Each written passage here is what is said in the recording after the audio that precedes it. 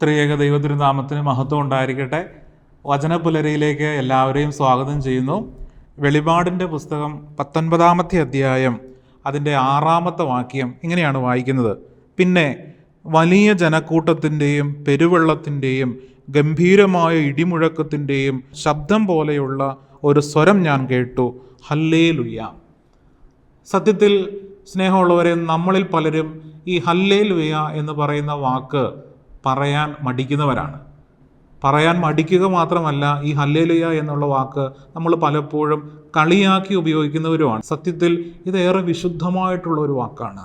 ഇതൊരു ദൈവസ്തുതിയാണ്, ഇതൊരു പ്രാർത്ഥനയാണ്. സാത്താൻ ഏറ്റവും കൂടുതൽ പേടിക്കുന്ന ഒരു വേർഡ് എന്ന് പറയുന്നത് ഹല്ലേലൂയ എന്നുള്ളതാണ്. നമ്മുടെ സഭയുടെ ആരാധനയിലും പ്രാർത്ഥനകളിലുമെല്ലാം ഈ ഹല്ലേലൂയ എന്നുള്ള വാക്ക് ഉൾപ്പെടുത്തിയിട്ടുണ്ട്. കർത്താവിൻ്റെ രണ്ടാമത്തെ വരവിൽ നമ്മളെല്ലാം സ്വർഗത്തിൽ പോകുമല്ലോ, നമ്മളിലെല്ലാവരും. അപ്പോൾ ആയതുകൊണ്ട് സ്വർഗത്തിൽ ചെന്നാൽ അവിടെ നമുക്കുള്ള ഡ്യൂട്ടി എന്ന് പറയുന്നത് ദൈവസ്തുതിയാണ്, ദൈവത്തെ സ്തുതിക്കലാണ്. ഈ ദൈവത്തെ സ്തുതിക്കാൻ ഉപയോഗിക്കുന്ന വാക്കാണ് ഹല്ലേലൂയ.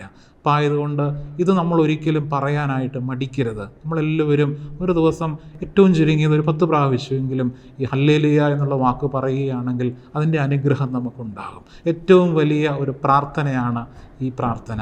ഇതിന് നമുക്ക് സാധിക്കണമെന്ന് ഓർമ്മിപ്പിച്ചുകൊണ്ട് നിർത്തുന്നു. ദൈവത്തിൻ്റെ അതിപരിശുദ്ധമായ നാമം വാഴ്ത്തപ്പെടട്ടെ.